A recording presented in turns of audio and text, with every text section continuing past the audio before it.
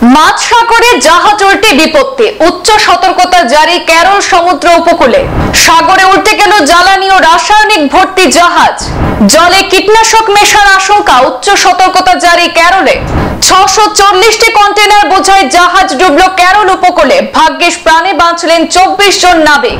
ডুবন্ত জাহাজে diesel, calcium carbide বোঝাই রয়েছে, সেই সব জলে মিশলে মারাত্মক বিপদ ঘটতে পারে বলে আশঙ্কা। কেরল উপকূলে প্রায় 640টি কন্টেনার নিয়ে ডুবে গেল লাইবেরিয়ার একটি পণ্যবাহী জাহাজ। তার মধ্যে 13টি কন্টেনারের মধ্যে ছিল বিপজ্জনক বস্তু। সেগুলি সমুদ্র তটে ছড়িয়ে পড়লে ক্ষতি হতে পারে সামুদ্রিক প্রাণী এবং মানুষেরও। ট্যাঙ্কার থেকে তেল ছড়িয়ে পড়ারও আশঙ্কা রয়েছে।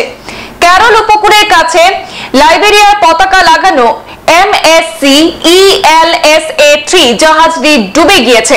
দুর্ঘটনার সময় কোচি থেকে জাহাজটির দূরত্ব ছিল মোটে 38 নটিক্যাল মাইল। আর তার জেরেই আতঙ্ক ছড়িয়ে পড়েছে। কেরল উপকূলে এই মুহূর্তে উচ্চ সতর্কতা জারি করা হয়েছে। জানা গেছে মালবাহী ওই জাহাজটিতে 84.44 metric ton diesel, 367.1 metric ton furnace অয়েলের পাশাপাশি 640টি কন্টেনারে আরো নানা ধরনের পদার্থ ছিল। 12টি কন্টেনারে ছিল ক্যালসিয়াম কার্বাইড। দুর্ঘটনার পর জাহাজের 24 জন কর্মীকে উদ্ধার করে ভারতের উপকূল রক্ষী বাহিনী। কিন্তু সাগরের জলে তেল এবং রাসায়নিক মিশলে কি বিপদ হতে পারে সেই নিয়ে এই মুহূর্তে উদ্বেগ দেখা দিয়েছে। ভারতীয় উপকূল বাহিনীর দূষণ নিয়ন্ত্রক শাখার জাহাজ সক্ষম এই মুহূর্তে কাজে নেমে পড়েছে।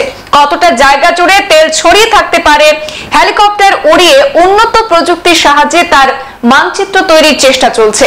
কেরলের রাজ্য বিপর্যয় মোকাবিলা কর্তৃপক্ষ সতর্কতা জারি করেছেন সাধারণ মানুষের জন্য। উপকূলে ভেসে আসা কন্টেনার বা কোনো পদার্থ ছুঁতে নিষিদ্ধ করা হয়েছে সকলকে। রাজ্য প্রশাসনের তরফে জানানো হয়েছে যে মেরিন গ্যাস অয়েল এবং সালফারযুক্ত জ্বালানি তেল সাগরের জলে মেশার সম্ভাবনা রয়েছে। এতে পরিবেশগতভাবে স্পর্শকাতর পর্যটক সমৃদ্ধ উপকূলের উপর প্রভাব পড়তে পারে। তবে ক্যালসিয়াম কার্বাইড জলে মিশলে কি হবে সেই নিয়ে চিন্তিত পরিবেশবিদরা। উল্লেখ্য, ক্যালসিয়াম কার্বাইড একটি রংহীন কঠিন পদার্থ। ক্যালসিয়াম অক্সাইড এবং কার্বনকে 200 ডিগ্রি সেলসিয়াস তাপমাত্রায় গরম করে তৈরি হয় এটি। রাসায়নিক কারখানায় এই ক্যালসিয়াম কার্বাইড কাজে লাগে বলে জানা গেছে। সংবাদ এই পর্যন্তই, ফিরছি পরবর্তী অন্যান্য আপডেট নিয়ে। ধন্যবাদ।